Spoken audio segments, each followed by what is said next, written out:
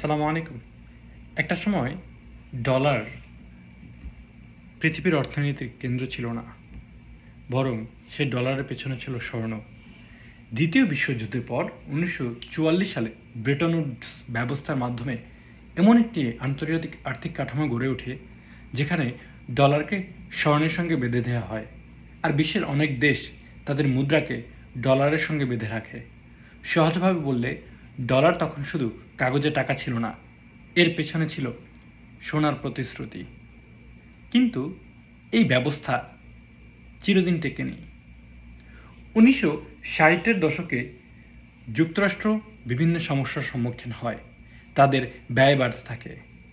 Vietnam যুদ্ধ, অভ্যন্তরীণ খরচ আর বৈদেশিক ঘাটতির চাপ ডলারের উপর চাপ সৃষ্টি করে। ধীরে ধীরে বিশ্বের হাতে যত ডলার জমা হয়, যুক্তরাষ্ট্রের কাছে তত স্বর্ণ ছিল না। অর্থাৎ সবাই যদি একসাথে ডলার বদলে স্বর্ণ চাইতো, আমেরিকার পক্ষে তা দেয়া কঠিন হয়ে যেত। এই সংকটের মধ্যেই 1971 সালে প্রেসিডেন্ট রিচার্ড নিক্সন ডলারের সোনা রূপান্তর বন্ধ করে দেন। এটি ছিল ফেমাস নিক্সন শক। এর মধ্য দিয়েই ব্রেটন উডস ব্যবস্থার পুরনো কাঠামোর শেষ হয়। এখন প্রশ্ন হলো, যদি ডলারের পেছনে আর সোনা না থাকে, তাহলে ডলারের শক্তি টিকে থাকবে কিভাবে? এর উত্তর আসে তেলের বাজার থেকে। 1973 সালে আরব ইসরায়েল যুদ্ধের প্রেক্ষাপটে আরব ওপেক দেশগুলো আমেরিকা সহ বেশ কয়েকটি দেশের বিরুদ্ধে তেল নিষেধাজ্ঞা দেয়। তখন তেলের দাম আকাশচুম্বী হয়ে যায়। বিশ্বজুড়ে জ্বালানি সংকট দেখা দেয়। এই অয়েল এম্বার্গো শুধু জ্বালানি সংকটই তৈরি করেনি, এটি দেখিয়ে দিয়েছে যে তেল শুধুমাত্র একটি পণ্য নয়, বরং এটি বৈশ্বিক ক্ষমতার কেন্দ্র। এই সংকটের পর আমেরিকা বুঝতে পারে সোনার সঙ্গে ডলারকে আর বাঁচিয়ে রাখা যাবে না। কিন্তু যদি বিশ্বের সবচেয়ে গুরুত্বপূর্ণ পণ্য অর্থাৎ তেল ডলারের সঙ্গে শক্তভাবে যুক্ত করা যায়, তাহলে ডলারের আন্তর্জাতিক চাহিদা ধরে রাখা সম্ভব। এই প্রেক্ষাপটে 1974 সালে যুক্তরাষ্ট্র ও সৌদি আরবের মধ্যে একটি গভীর অর্থনৈতিক ও নিরাপত্তা সম্পর্ক গড়ে ওঠে। যুক্তরাষ্ট্র সৌদি আরবকে নিরাপত্তা সহায়তা, অস্ত্র এবং কৌশলগত সমর্থন দেয়। অন্যদিকে সৌদি আরব ডলার ভিত্তিক তেল লেনদেন এবং ডলার আয়ের বড় অংশ মার্কিন আর্থিক ব্যবস্থায়, বিশেষ করে ইউএস ট্রেজারারে ফিরিয়ে আনার মাধ্যমে একটি নতুন বাস্তবতা তৈরি করে। এখান থেকেই পেট্রো ডলার ধারণা শক্তিশালী হয়। তবে এখানে একটি ভুল ভাঙা জরুরি।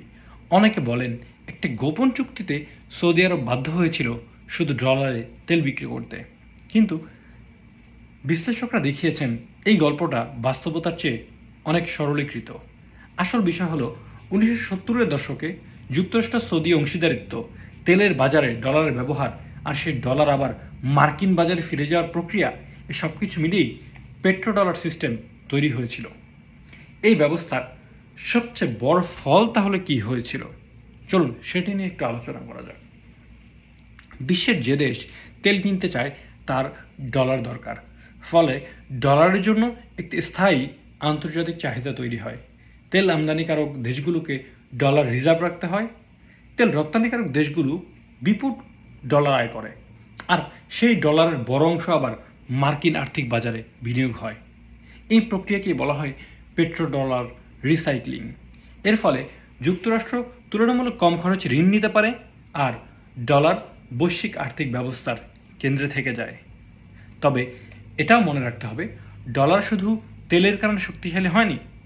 যুক্তরাষ্ট্রের বিশাল অর্থনীতি, গভীর ট্রেজারি মার্কেট আর বৈশ্বিক আর্থিক নেটওয়ার্কও ডলারকে শক্তিশালী করেছে। অর্থাৎ পেট্রো ডলার ছিল ডলারের আধিপত্যের একটি গুরুত্বপূর্ণ স্তম্ভ, কিন্তু একমাত্র কারণ নয়।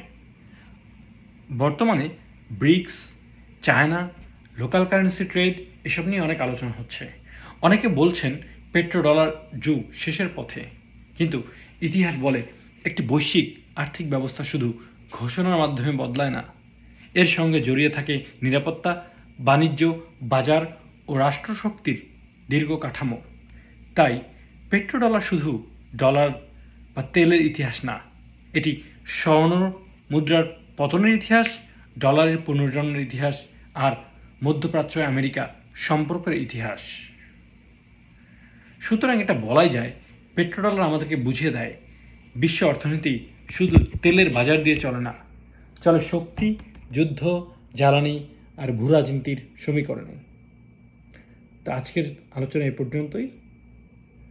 আগামী সময় নতুন কোনো টপিক নিয়ে কিংবা নতুন কোনো বিষয় নিয়ে আলোচনা করব ইনশাআল্লাহ। ভালো থাকবেন। আসসালামু আলাইকুম।